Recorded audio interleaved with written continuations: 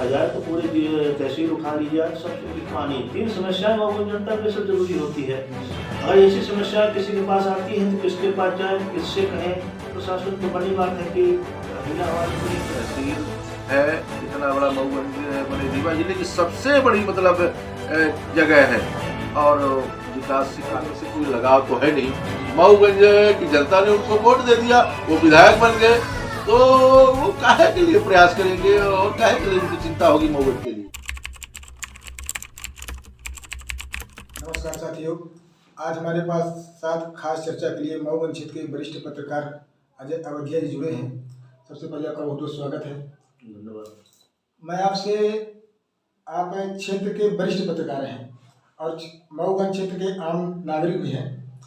मैं आपसे ये जानना चाहता हूं कि आप मऊगंज को कैसा देखना चाहते हैं? देखिए, मऊगंज जब माना जाए तो आज़ादी के बाद से बहुत पिछड़ा हुआ है। पिछड़ने का कारण तो मैं मानता हूँ कि मऊगंज सिर्फ एक वजह से सबसे पिछड़ा है, नेताओं का न होना। तो मैं चाहता हूँ कि मऊगंज में एक सकारात्मक सोच के, अच्छी सोच के, उच्च सोच के नेतागण आ जाए, जिससे कि मऊगंज जो है तो विकास के रास्ते पे आगे चलेगा। और जब तक अच्छे नेता नहीं आएंगे तो मऊगंज विकास नहीं कर पाएगा ये, और विकास नहीं करेगा तो निश्चित तौर से मऊगंज का कहीं पहचान नहीं बनी है और न बनेगी। तो मैं चाहता हूँ कि मऊगंज जो है तो अच्छे नेता सामने आए, जिम्मेदार लोग सामने आए, सामाजिक संगठन सामने आए, जिसकी उसी वजह से मऊगंज का विकास कर पाएगा। मऊगंज का विकास बहुत जरूरी है, इसलिए कि अगर देखा जाए तो मध्य प्रदेश में ही अगर देखा जाए तो पूरे तहसील उठा ली जाए, सबसे पिछड़ा मऊगंज है और यहाँ की जनता भी मानती है, मूलभूत सुविधाओं से वंचित है, जिसका प्रमाण है। आखिर मूलभूत सुविधाओं से क्यों वंचित है? अगर देखते हैं तो सड़क, बिजली, पानी 3 समस्याएं मऊगंज जनता के लिए सब जरूरी होती है। अगर ऐसी समस्याएं किसी के पास आती है तो किसके पास जाए, किससे कहें? प्रशासन तो बड़ी बात है कि हीला हवाले के लिए पहचाना जाता है और प्रशासन काम भी करना चाहता है, तो जब नकारात्मक गतिविधियां ज़्यादा शामिल हो जाती हैं तो प्रशासन ढंग से काम भी नहीं कर पाता, ये बात भी स्वीकार करना पड़ेगा। तो इसके लिए 100% यही मानना है मेरा कि अच्छे जनप्रतिनिधि सामने आए, जनप्रतिनिधियों के तौर तरीके बदले, जिम्मेदार, जिनको जिम्मेदार माना जाता है, तो मऊगंज एक अच्छी विकास, अच्छे प्रभाव में पहुंचेगा, जो कि मऊगंज के लिए बहुत अच्छा रहेगा, बहुत जरूरी है। काफी समय बीत गया इंतजार करते करते, तो अब सोचना चाहिए। अच्छा, आपने जनप्रतिनिधियों की बात की। मऊगंज ऐसा क्षेत्र है जो लोकल के साथ साथ बाहर के भी जनप्रतिनिधि यहाँ पर, मऊगंज की आम जनता ने उनका खूब सहयोग किया, लेकिन आप उनको कहाँ देते हैं विकास के क्षेत्र में? जो जनप्रतिनिधि बाहर से भी है, मऊगंज के भी थे, उनको कहाँ? अब सारी समस्या यही है जो मैंने शुरुआत की थी, वही बात तो आपने सवाल का जवाब भी आपके सवाल पर है कि बाहर के आए जनप्रतिनिधि का लगाव हमारे मऊगंज से उतना नहीं रहेगा। और वही तो मैं चाहता हूँ, मैं जो आपने आपका प्रश्न है कि मऊगंज को आप कैसा देखना चाहते हैं, वही तो मैं चाहता हूँ कि मऊगंज जो बाहर के नेता आते हैं, क्यों आते हैं? इसलिए कि हमारे मऊगंज के लोगों में कहीं ना कहीं कमी है, और जो हमारे मऊगंज के जनप्रतिनिधि अच्छा काम करने लगेंगे और अच्छा विकास करेंगे तो बाहर के नेता नहीं आएंगे। बाहर नेता आएंगे तो निश्चित तौर से अपना उल्लू सीधा करके निकल जाएंगे, जो होता रहा है हुआ है आज तक, और वही विकास ना होने का सबसे बड़ा कारण सामने है, प्रत्यक्ष है, किसी से छिपा नहीं है। वो दूसरी बात है कि इस चीज को सुधार करवाने की जिसके पास जिम्मेदारी होना चाहिए, वो कहीं नहीं, वो लाल लपेट में आ जाते हैं, बाहरी नेताओं के प्रभाव में आ जाते हैं, तो उचित नहीं है। और उसी का अंजाम, खामियाजा, नुकसान आज तक मऊगंज भुगत रहा है, भुगतता। और अगर ये तौर तरीके नहीं सुधरे तो मऊगंज की हालत सुधारने का आपका सपना, हमारा सपना, जनता का सपना ही रहेगा। लास्ट में आप अपने मऊगंज विधानसभा क्षेत्र की जनता जनार्दन को कुछ संदेश देना चाहेंगे? जनता जनार्दन से हमारी निश्चित अपनी तरफ से सोच यही है कि अब तौर तरीके जनता जनार्दन भी बदले, जनप्रतिनिधियों की पहचान करे और जनप्रतिनिधियों को वोट देते समय, सपोर्ट करते समय अपनी जाति, पैसा, इन चीजों से बाहर निकले। जैसा कि जब जागरूक मतदाता होने का जो धर्म है उसको निभाना शुरू कर दे, कि बाहर की घुसपैठ बंद हो जाएगी, स्थानीय जनप्रतिनिधियों को महत्व मिलेगा, और जब स्थानीय जनप्रतिनिधियों को महत्व मिलेगा, स्थानीय जनप्रतिनिधि अपने तौर तरीके बदलेंगे, तो यहाँ का विकास होगा, यही मैं कहना चाहूँगा। हमारे साथ मऊगंज के वरिष्ठ समाज सेवी और जनप्रतिनिधि भी है, मऊगंज से वार्ड पार्षद हैं, आदरणीय सम्मानीय विश्व भैया जी, विश्वनाथ मिश्रा जी। आइए बात करते हैं उनसे। सर, हमारा मऊगंज कैसा होना चाहिए, कैसा आप देखते हैं? जनप्रतिनिधि भी हैं आप और समाज सेवी हैं, आप कैसा देखना चाहते हैं मऊगंज को? देखिए, हम लोग मऊगंज में जन्म लिए और जो कुछ बन सका समाज के लिए करने का प्रयास भी करते हैं। तो वर्तमान में जो मऊगंज है, रीवा जिले की सबसे बड़ी तहसील और सबसे बड़ा स्थान मऊगंज है। लेकिन आज वर्तमान स्थिति में छोटे छोटे कस्बे, चाहे नई गढ़ी हो, चाहे सिमरिया हो, चाहे सिरमौर हो, छोटे छोटे कस्बों का विकास हो गया। लेकिन जिस स्तर पर हम मऊगंज को जिला बनाने की मांग कर रहे हैं, लेकिन जिस स्तर पर हमारा मऊगंज का विकास होना चाहिए, वो अब कौन सी कमजोरी है? मैं तो समझता हूँ कि राजनीतिक कमजोरी के चलते राजनीतिक जो लोग हैं उन्होंने सही प्रयास नहीं किया, जिसके कारण से हमारा मऊगंज वहीं पर खड़ा है।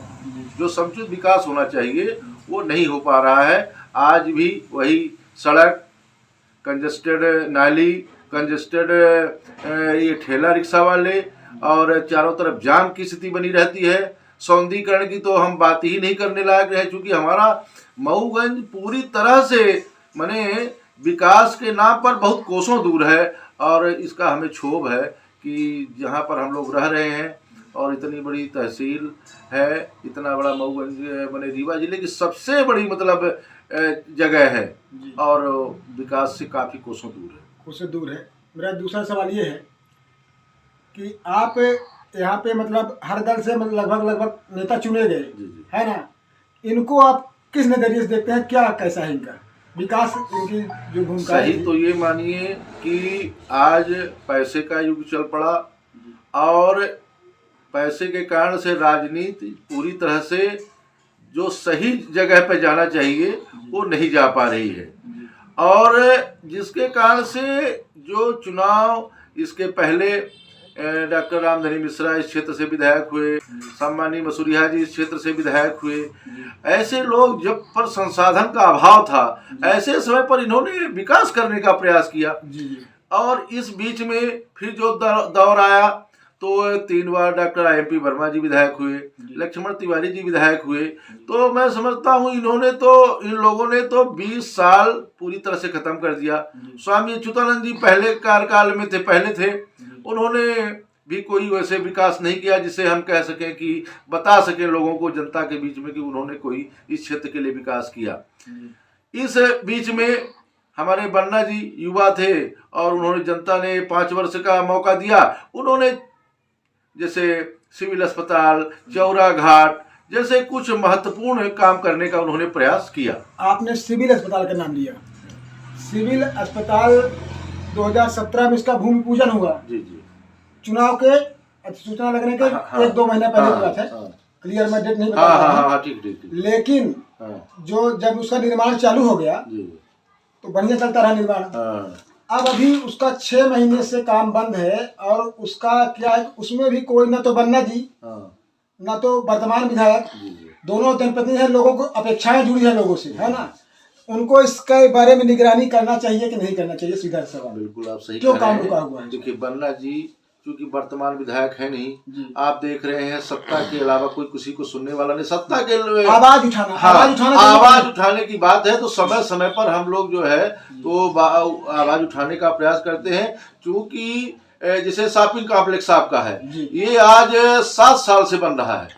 7 साल हो गया इसको बनते हुए और ये जो है तो वहीं पर पड़ा हुआ है। तो जहां पर हमारी परियोजनाएं अरबों खरबों की 1 साल में बन जाती हैं, तो निश्चित रूप से हम इसका जिम्मेवार विधायक भी मानते हैं, क्योंकि वर्तमान में विधायक जी हैं, उनको इसके लिए प्रयास करना चाहिए कि कहां पर पैसा लटका हुआ है, क्यों काम नहीं हो रहा है। चौरा घाट का भी काम अभी बंद हो गया था। तो इस स्थिति में जो वर्तमान में देखिए पद में रहता है, उसी को प्रयास करना चाहिए। हमारी बात है तो हम इस बात को बुलंद कर सकते हैं, उस बात को उठा सकते हैं, ये बात जरूर है। और इसके लिए हम लोग प्रयास भी करते रहते हैं और इसकी मैं पूरी तरह जिम्मेदारी माननीय वर्तमान विधायक प्रदीप पटेल जी की है कि उन्होंने पहल नहीं कर रहे हैं। और पहल न करने का भी एक कारण ये है कि चूंकि उनको मऊगंज से कोई लगाव तो है नहीं, मऊगंज की जनता ने उनको वोट दे दिया, वो विधायक बन गए, तो वो काहे के लिए प्रयास करेंगे और काहे के लिए उनकी चिंता होगी मऊगंज के लिए। हम लोगों की जरूर चिंता है कि हमारा नगर जैसे था आज वैसी स्थिति में है, आबादी बढ़ गई है, घर बन गए हैं, भीड़ बढ़ गई है, आवागमन के साधन बढ़ गए हैं और हमारा नगर में दिन भर जाम, एक्सीडेंट और ये शहर सुंदर नहीं दिखाई पड़ रहा है। इसकी जरूर हम लोगों को चिंता रहती है। मैं आखिरी सवाल आपसे ये करना चाहूँगा, वर्तमान विधायक, पूर्व विधायक, क्षेत्रीय जनप्रतिनिधि, नगर पंचायत में भी चुनाव ये शासन चाहेगी, पर सबसे बड़ी बात यही हो जाए, यही बड़ी बात है। लेकिन यदि मान लीजिए होता है तो सभी जनप्रतिनिधियों को आप क्या संदेश देंगे, क्या कहेंगे? मैं तो मऊगंज नगर के लिए, मऊगंज का होने के नाते मेरी तो सिर्फ यही कल्पना है कि हम एक मऊगंज को, जैसे बाहर जाते हैं हम लोग बड़े बड़े शहरों में, अच्छी रोड, डिवाइडर, नाली जो है, पाइपलाइन, बिजली के पोल, चौराहा, ऐसे इतना सुंदर हमारा मऊगंज हो, इसके लिए हमारी कल्पना है। और चाहते हैं कि एक ऐसा नगर का डीपीआर बने, तो संभव तभी है जब कोई सत्ता का आदमी जिसके मन में ये लगे कि मतलब कब सत्ता मिलेगी? केंद्र में सरकार है, जो प्रदेश में है, वर्तमान विधायक है, नहीं, हमारा यही कहना है कि जो वर्तमान में है तो उनकी दृढ़ इच्छा शक्ति की कमी है, वो नहीं चाहते विकास। लेकिन अगर ये चाह लें तो मैं समझता हूँ कि अभी 2 साल का समय है, एक बड़ा डीपीआर, मऊगंज के विकास का डीपीआर बने, हमारे नगर का डीपीआर बने और दुग्गमा से लेकर के घुरेटा तक का। तो हमारी रोड है, हमारे पोल शिफ्टिंग है, हमारी नाली है, हमारे चौराहा, जैसे ये हमारा कॉलेज चौराहा है, तो हमें चाहते हैं कि ये डॉक्टर रामधनी मिश्रा का कॉलेज है, उनके नाम से उन्होंने इतना बड़ा बनाया, तो डॉक्टर रामधनी मिश्रा चौराहा का नाम उसका रखा जाए और एक बढ़िया ये चौराहा बन जाए। बरहटा मोड़ में एक चौराहा का निर्माण हो जाए, तो ये सब खूबसूरत हो जाए। लेकिन इसके लिए भगवान जाने कौन ऐसा दिन आएगा और हमारे राजनीतिक लोग। तो मैं चाहता हूं कि अपने विधायक जी से जो वर्तमान में है तो वो प्रयास करें, अगर संभव हो तो मऊगंज के लोगों को भी कुछ आशा लगे और दिखे कि हमारा मऊगंज अच्छा है। बहुत बहुत धन्यवाद आपको इंडिया रिपब्लिक न्यूज में टाइम देने के लिए। ठीक है, बहुत बहुत धन्यवाद आपको।